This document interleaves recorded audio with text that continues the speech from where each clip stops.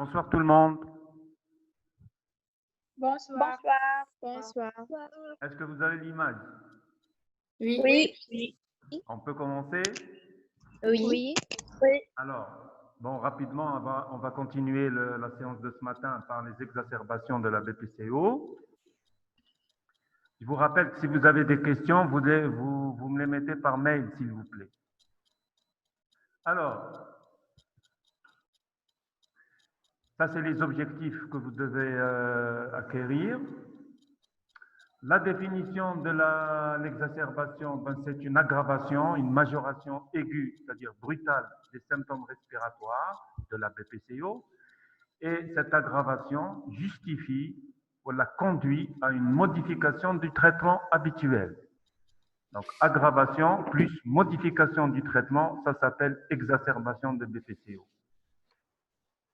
Donc, il s'agit en fait d'une augmentation aiguë de l'inflammation des voies aériennes, une augmentation de la production du mucus et de la distension thoracique.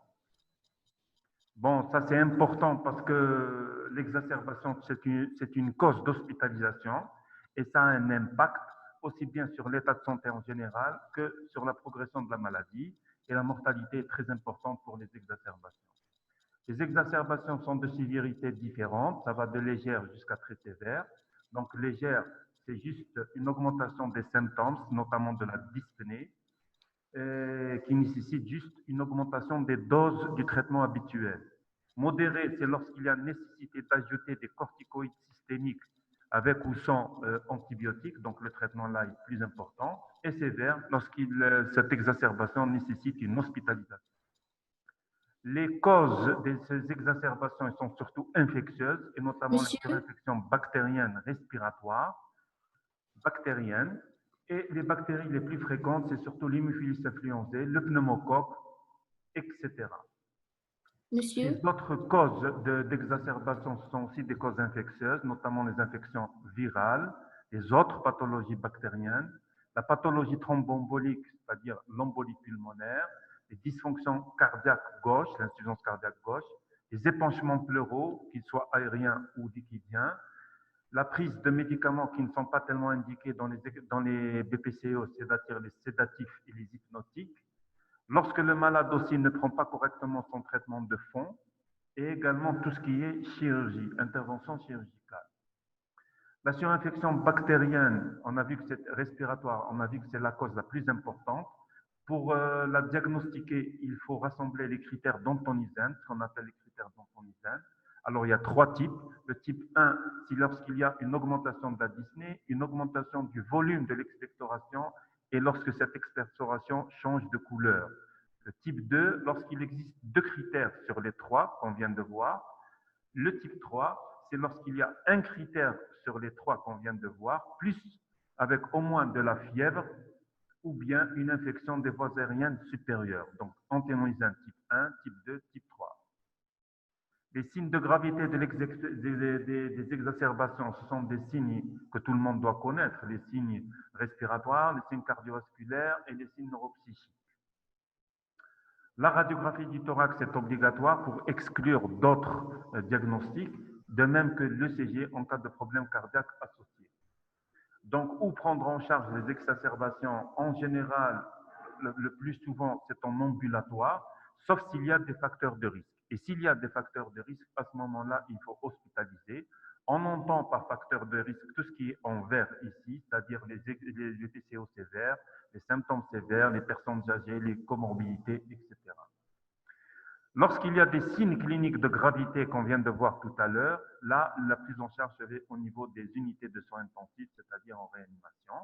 Le traitement des exacerbations des symptômes de BPCO dépend de la sévérité. Dans la forme légère, c'est des bronchodilatateurs inhalés ou nébulisés à courte durée d'action, soit SABA, soit SAMA, de façon répétée, si besoin. Dans les formes modérées, c'est toujours des bronchodilatateurs inhalés ou nébulisés de courte durée d'action à plus forte dose, plus une antibiothérapie avec ou sans corticoïdes par voie orale. Les formes sévères, ça ne concerne pas le médecin généraliste. Là, ça nécessite une hospitalisation. En ce qui concerne l'antibiothérapie, alors d'une façon générale, ça dépend du stade de sévérité. Lorsque le DVO est un DVO Gold 1 et 2, sans facteur de risque associé, on préfère l'amoxicilline seule. Lorsqu'il existe des facteurs de risque associés, on ajoute de l'acide clavulanique. Pour les formes plus sévères, c'est-à-dire 3 et 4, on passe directement à l'amoxicilline plus l'acide clavulanique.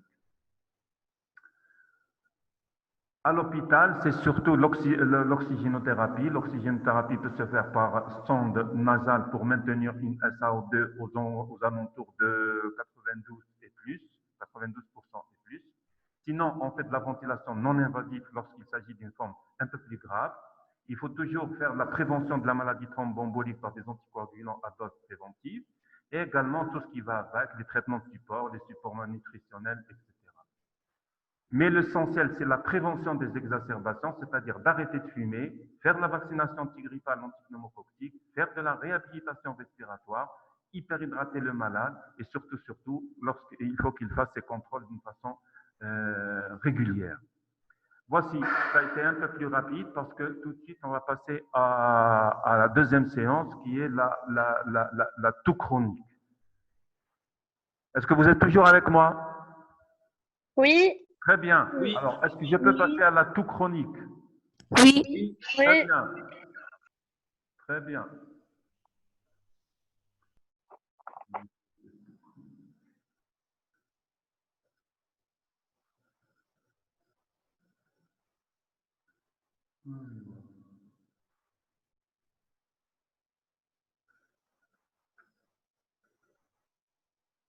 Est-ce que vous avez l'image?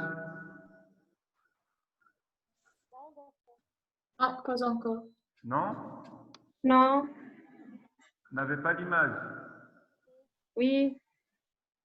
Alors. C'est comme ça? Non, pas encore. Vous n'avez pas d'image? Oui. Très bien.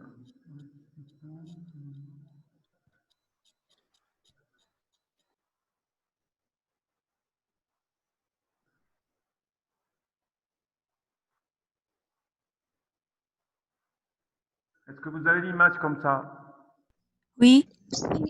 Vous avez toux chronique de l'adulte? Oui. Oui. Très bien. Et comme ça? Oui. Très bien. Très Oui. bien. Alors, on va passer un peu à autre chose. C'est la toux chronique de l'adulte, la conduite à tenir assez rapidement. Donc, ça, c'est les objectifs que vous devez acquérir. Pour la définition, vous savez tous que la toux chronique, c'est un acte réflexe, c'est un moyen de défense où il s'agit de protéger les voies aériennes contre un agresseur. L'agresseur, c'est quoi? Ça peut être une irritation des voies aériennes ou bien lorsqu'on veut expulser un corps étranger ou des sécrétions, etc., etc. Donc, on fait une expulsion brusque et violente du contenu des voies aériennes. Pourquoi on dit chronique? Parce que lorsque ce symptôme dure plus de 8 semaines, c'est-à-dire 2 mois. Il faut savoir qu'en médecine générale, c'est un motif de consultation très fréquent, que les causes sont très variées et multiples, et qu'il faut une recherche étiologique très rigoureuse, basée essentiellement sur la clinique et un peu moins sur l'imagerie thoracique. Le traitement de la toux chronique est un traitement étiologique. Donc, l'examen clinique, il s'agit d'abord d'établir le diagnostic positif de la toux. Lorsque cette toux-là, qu'elle soit sèche ou productive, dépasse 8 semaines, on parle de toux chronique. Il faut voir aussi le contexte du patient, son âge, sa profession. Est-ce qu'il prend des médicaments type inhibiteur de l'enzyme de conversion, c'est un antihypertenseur, inhibiteur de l'enzyme de conversion ou bien un bêta-bloquant, ces deux médicaments, ce sont des antihypertenseurs. Et également, il faut relever les antécédents du patient, tous les antécédents du patient. Est-ce que ce patient présente des facteurs de risque, surtout le tabagisme lorsqu'il est actif, ou est-ce qu'il est exposé à des polluants, qu'ils soient domestiques ou bien des polluants professionnels? Maintenant, on passe aux critères sémiologiques de la toux. Est-ce qu'elle est sèche? Est-ce qu'elle est productive? Les circonstances de son apparition, est-ce qu'elle est permanente? Est-ce qu'elle est paroxystique? Son rythme, sa tonalité, c'est-à-dire le bruit, son horaire, les facteurs déclenchants de cette toux ou bien les facteurs qui améliorent la toux. Est-ce qu'il existe avec cette toux des signes associés en pensant à l'altération de l'état général? Est-ce qu'il existe un syndrome infectieux? Est-ce qu'il existe d'autres symptômes respiratoires? Est-ce qu'il existe des symptômes extra-respiratoires tels qu'une pyrosis, une dysphonie, une dysphagie? Donc, là, vous voyez que tout ça doit être relevé au niveau de l'interrogatoire. Et enfin, est-ce que cette toux chronique a un retentissement sur le sommeil? Est-ce que ça entraîne des vomissements? Est-ce qu'elle entraîne des incontinences urinaires? Est-ce qu'elle entraîne des douleurs au niveau du thorax? Est-ce qu'elle aggrave une hernie qui existe déjà? Ou est-ce que ça a un retentissement psychosocial? Donc, vous voyez que la toux chronique, c'est quelque chose de très important. La recherche est très large et l'interrogatoire, c'est l'étape primordiale. L'examen physique doit être complet en insistant un peu sur l'examen ORL et l'examen pleuropulmonaire. On fera systématiquement une radiographie du thorax lorsque la toux est chronique chez l'adulte. Et maintenant, si l'interrogatoire retrouve la notion d'une prise médicamenteuse type inhibiteur de l'enzyme de conversion, ben le problème il est tout de suite réglé parce qu'on va dire à ce patient-là d'aller chez son médecin prescripteur et de lui dire de changer de médicament. C'est ce qu'on appelle le test d'éviction et on va le revoir un mois après pour voir si la toux persiste ou pas. Là, c'est lorsque l'étiologie médicamenteuse est claire. Maintenant, on ne trouve pas d'étiologie médicamenteuse. Notre patient qui a une toux chronique ne prend aucun autre médicament. À ce moment-là, il faut faire une radiographie du thorax. La radiographie du thorax, lorsqu'elle est anormale, lorsqu'elle montre des images pathologiques, donc ça va nous orienter directement vers la pathologie, vers l'étiologie. Si c'est une tuberculose, il faut traiter la tuberculose. Si c'est une pneumopathie aiguë, une pneumonie aiguë, il faut traiter la pneumonie. Si c'est une DDB, il faut traiter la DDB, etc.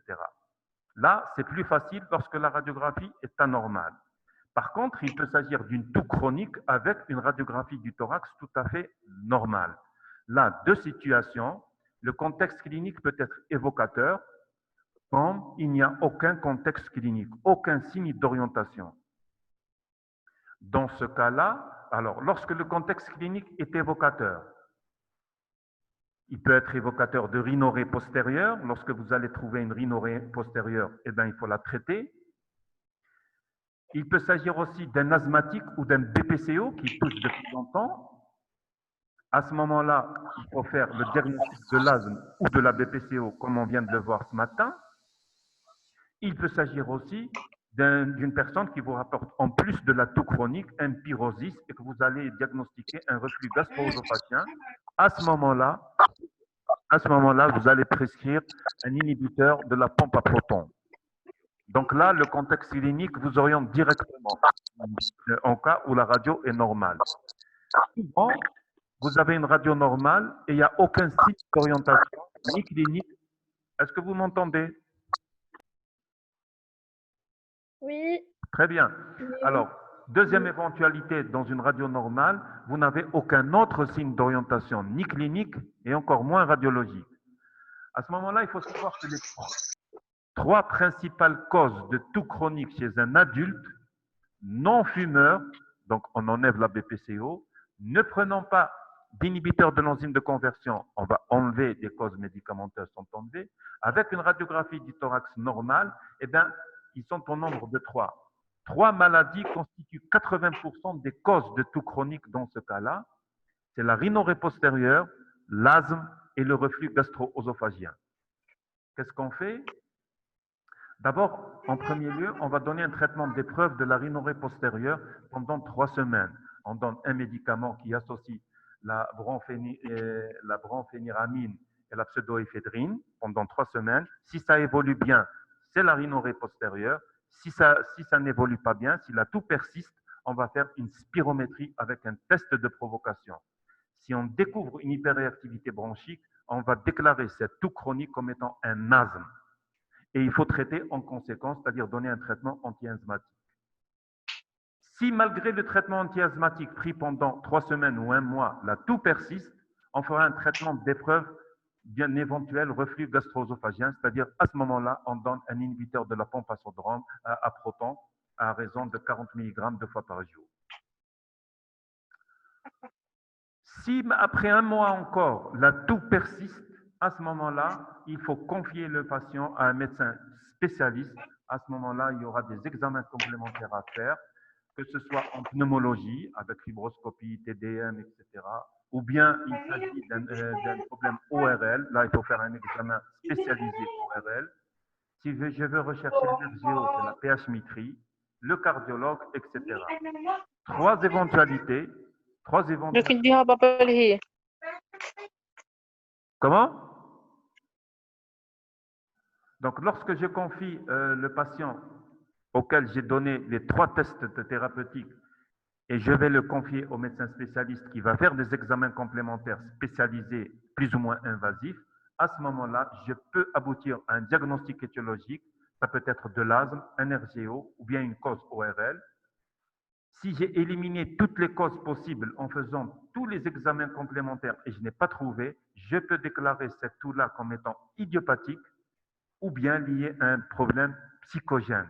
Mais avant de dire idiopathique ou psychogène, il faut d'abord être sûr qu'il n'y a aucune lésion organique.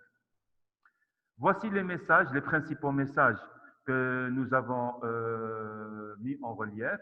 Donc, il faut savoir que la toux chronique, c'est un motif de consultation très important, que la recherche étiologique doit être méthodique, il faut qu'elle soit rigoureuse, que la stratégie de prise en charge débute chez vous, c'est-à-dire chez le médecin généraliste, et à un certain moment, il faut savoir passer la main au médecin spécialiste.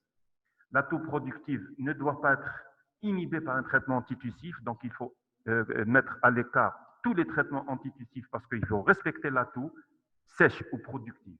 Voilà les principaux messages que j'avais à vous transmettre. Et si vous voulez en savoir plus, voici les références. Voilà, j'ai essayé de faire un peu vite parce qu'on est limité par le temps et j'ai peur que ça se passe comme ce matin où il y a eu quelques coupures. De toutes les façons, vous avez les 2 cours sur le site. Si vous avez des questions, vous me les posez par mail. Si vous avez des questions pour maintenant, vous pouvez les poser d'autres. Est-ce que vous m'entendez? Oui. Très bien. Oui. Est-ce qu'il y a des questions? Non. Très bien. S'il y a des questions en relisant, si vous trouvez des questions en relisant le cours, vous pouvez me les envoyer par mail. Sinon, je vais vous dire merci, au revoir et à bientôt. Merci à vous. Merci. Merci.